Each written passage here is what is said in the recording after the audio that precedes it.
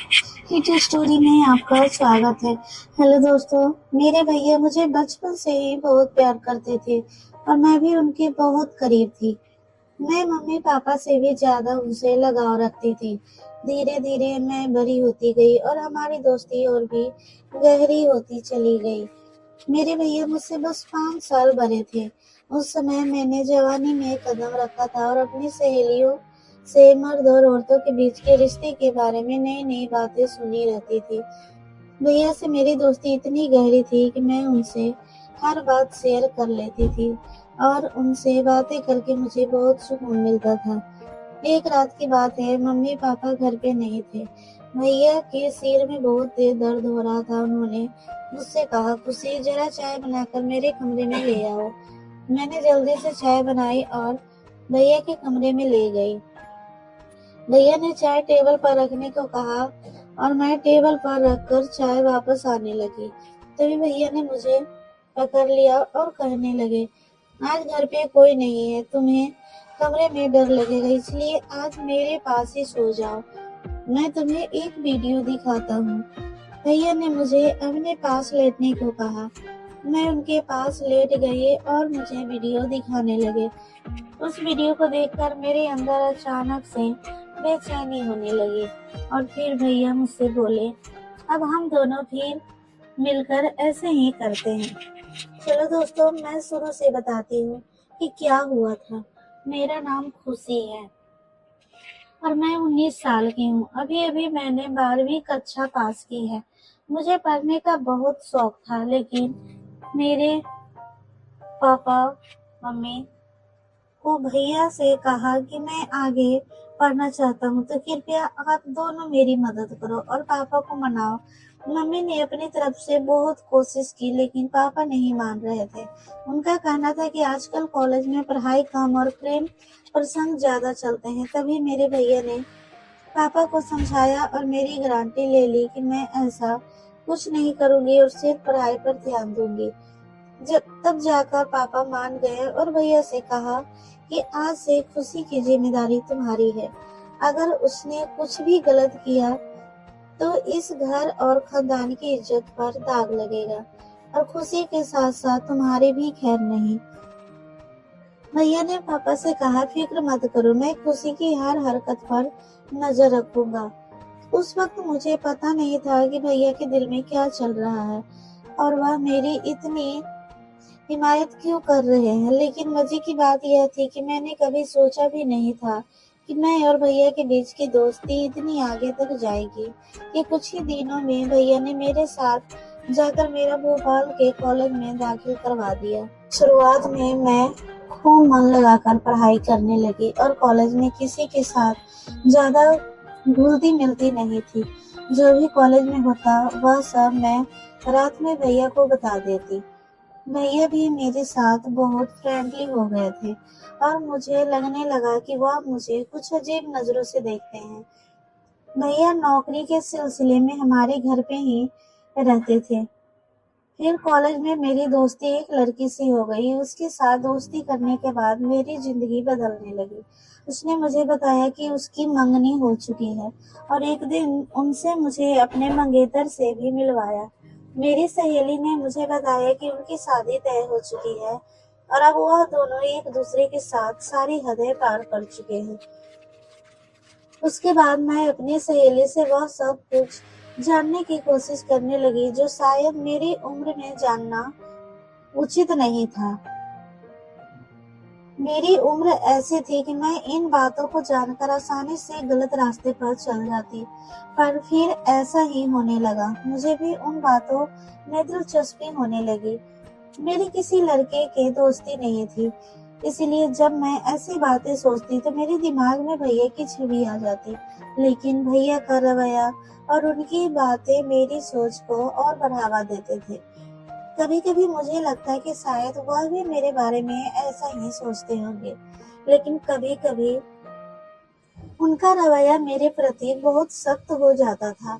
वह मुझे याद दिलाते कि मेरे पापा कितने सख्त हैं और अगर मैं कोई गलती की तो मेरे साथ साथ उनका भी बुरा हाल हो जाएगा। यह बातें सुन मैं खुद को कंट्रोल करने लग की कोशिश करती थी, लेकिन कहते हैं ना कि जवानी अंधी होती है। जवानी तो ऐसी ही है जैसे सर्दी में आग जल रही हो तो हाथ गर्म कर लिया जाता है। जैसे नई कॉलेज आती, फिर वही सब बातें दिन भर सुनने को मिलती। फिर मैं कॉलेज से घर आकर अपने दोस्तों की बताई हुई बातों को सोचने लगती। उस दिन मेरे भैया जॉब से घर वापस आए, आकर बैठ गए और पूछने लगे, क्या सोच रही हो खुशी इतनी गहराई से। मैंने भैया की तरफ एक अदा से देखा और उसने कहा, भैया आपको पता है मेरी दोस्त ने मुझे आज क्या बताया है। हर बात की तरह आज भी मैं भैया से अपने दिल की बात शेयर करने लगी। भैया भी मुझे ऊपर से नीचे तक देखते हुए बोला, हाँ बताओ क्या बताना है। तुम्हें तुम्हारी दोस्त ने क्या बताया है। मैंने कहा, भैया मेरी दोस्त मुझे बता रही थी कि इंटरनेट पर बहुत किस्म की वीडियो होती है जिनमें हर मसला मिल जाता है। तो मैं यह कह रही थी कि आपके पास भी मोबाइल है और आपने नेट का पैकेज भी लगा हुआ है, आपने भी तो वो वीडियो देखी होगी। तो क्यों ना हम दोनों मिलकर वीडियो देखें और एंजॉय करें। मैंने यह बात बताई और अपना चेहरा भैया के नजदीक लाकर सरगोशी वाले अंदाज में बोला। फिर वह फटी आंखें से मेरी तरफ देखने लगे। मुझे लगा जैसे वह मुझे अच्छी तरह से डांट लगाएंगे, लेकिन फिर अचानक उन्होंने मुझे बड़े गौर से देखा और फिर शायद दिल ही दिल में कुछ फैसला किया। और फिर वह मुस्कुराने लगे और मुझे सरगोशी वाले अंदाज में कहने लगे, देखो खुशी, ऐसी बात अपने पापा के सामने मत करना, वरना तुम्हारा पापा तुम्हारा तो बुरा हाल करेगा ही, मगर साथ में मुझे भी घर से निकाल देगा, क्योंकि मैंने तुम्हारी जिम्मेदारी ली हुई है और फिर मेरे लिए रहने का प्रॉब्लम हो जाएगा। बाकी रही वीडियो देखने की बात, तो तुम रात के वक्त मेरे कमरे में आ जाना, मैं तुम्हें हर किस्म की वीडियो दिखा दूंगा। भैया की आंखों में एक चमकीली सी शरारत थी जो इस वक्त मुझे समझ नहीं आ रही थी। इसके बाद भैया अपने कमरे में चले गए और मैं पढ़ाई करने लगी और आने वाले वक्त के बारे में सोचने लगी। अब मेरा दिल किताबों में नहीं आ रहा था और बस रात को क्या होगा यही सोचने लगी। लेकिन पढ़ाई करना भी जरूरी थी, क्योंकि पढ़ाई के मामले में भैया बहुत ही ज्यादा सख्त थे। उनकी यह बात मुझे भी बिल्कुल सही लगती थी, इसलिए मैंने अपने दिल से सारी बातें निकाली और मन लगाकर अपने कॉलेज का काम करने लगी और जल्दी जल्दी सारा काम खत्म कर दिया। जैसे जैसे रात करीब आ रही थी, मेरे दिल में भी हलचल हो रही थी। फिर जब मैं सारे कामों से फ्री हुई तो रात को आराम से मैं भैया के कमरे में चली गई। मैं जब कमरे में गई तो भैया लड़कियों की मैगनीज देख रहे थे। मुझे देखते ही वो मुस्कुराने लगे और उन्होंने वह मैगनीज छुपा दी। सर्दी का मौसम चल रहा था और ठंड बढ़ती जा रही थी। आज रात तो सर्दी बहुत ज्यादा थी, इसलिए मैं जाते ही भैया के बिस्तर में घुस गई। घुसकर भैया के पास चिपक कर बैठ गई और उनसे कहा, अब मुझे जल्दी से वीडियो दिखा दो, नहीं तो मुझे नहीं तो फिर पापा के आने का टाइम हो जाएगा। बिना टाइम जाए किए मैं वीडियो देखने लगी। वीडियो देखते ही मुझे अपने अंदर एक अजीब सा बदलाव महसूस होने लगा, लेकिन संयोग से मैंने अभी कुछ ही वीडियो देखे थी कि अचानक पापा भैया के कमरे में आ गए। पापा ने सख्त आवाज में कहा, इतनी रात गए भैया के कमरे में क्या कर रही हो, चलो अपने कमरे में जाओ। पापा बहुत सख्त स्वभाव के थे और मैं उनसे काफी डरती थी, इसीलिए जैसे ही उन्होंने ऐसा कहा मैं सब कुछ भूल गई और तुरंत अपने कमरे में आ गई। मैंने सोचा कि जैसे पापा भैया के कमरे से निकलकर अपने कमरे में जाएंगे, मैं फिर से भैया के कमरे में चली आऊंगी। लेकिन उस रात पापा को भैया से कोई जरूरी काम था, इसलिए वह काफी देर तक उनके कमरे में ही बैठे रहे। मैं इंतजार करते करते सो गई। अगले दिन कॉलेज से लौटने के बाद मैं बेसब्री से रात का इंतजार करने लगी। जब समय हुआ तो मैं भैया के कमरे में वीडियो देखने के लिए चली गई, लेकिन भैया ने कहा, अभी मैं अपने ऑफिस का काम निपटा लूं, फिर तुम थोड़ी देर बाद आ जाना। मैं सुबह से ही वीडियो देखने के लिए बेताब थी, इसलिए भैया पर थोड़ा गुस्सा करके वापस बैठ गई। उसी समय मेरे मोबाइल पर एक नए नंबर से मैसेज आया। उसने एक तस्वीर भेजी थी और उसे देखकर मेरी आंखें फटी की फटी रह गई।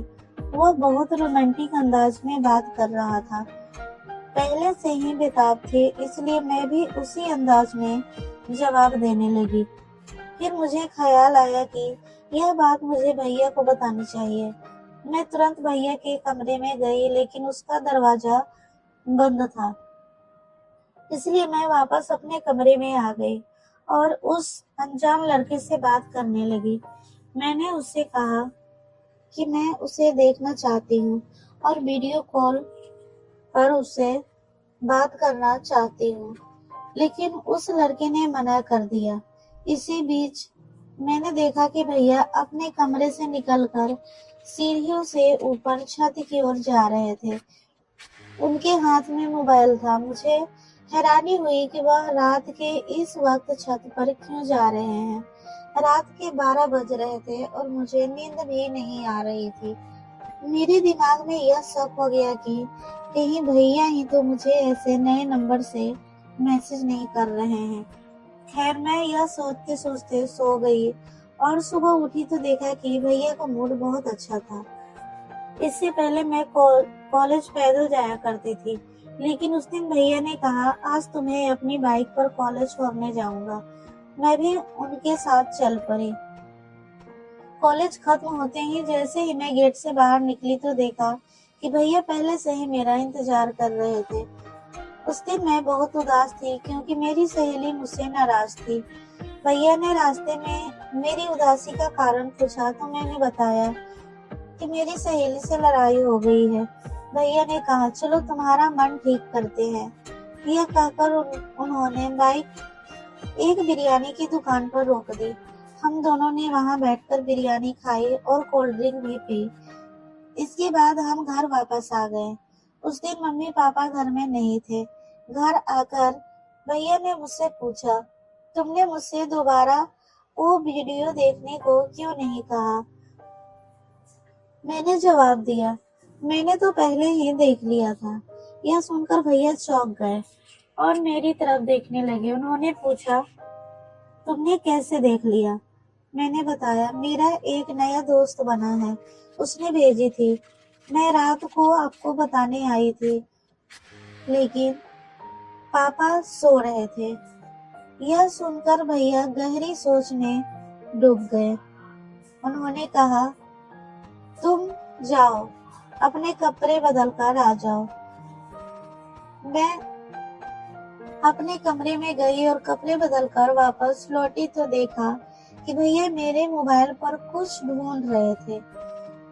फिर हम दोनों ने साथ में खाना खाया। खाना खाते वक्त मैं भैया की तरफ देखती तो लगता कि वह मुझे अजीब निगाहों से देख रहे हैं। मुझे ऐसा लग रहा था कि वह मुझसे कुछ कहना चाह रहे हैं, लेकिन कह नहीं पा रहे हैं। मैं दिल ही दिल में सोचने लगी, भैया अब कह भी दो ना, मैं आपको मना नहीं करूंगी। तभी मेरी नजर भैया के मोबाइल पर पड़ी। मैं आज भी उस अनजान लड़के के मैसेज का इंतजार कर रही थी, लेकिन भैया ने मेरे हाथ से मोबाइल छीन लिया। मुझे लगा शायद उन्हें जलन हो रही है। भैया ने कहा, खाना खाते वक्त मोबाइल इस्तेमाल नहीं करना चाहिए, इसलिए मोबाइल मुझे दे दो। यह कहकर उन्होंने मेरा मोबाइल अपने पास रख लिया। मैंने जल्दी जल्दी खाना खत्म किया और भैया ने कहा, अब तो मेरा मोबाइल वापस कर दो। भैया ने कहा, दे दूंगा, लेकिन पहले तुम बर्तन समेट कर मेरे कमरे में आ जाओ। मैं खुश हो गई कि शायद जलन में आकर भैया आज मेरी ख्वाहिश जरूर पूरी करेंगे।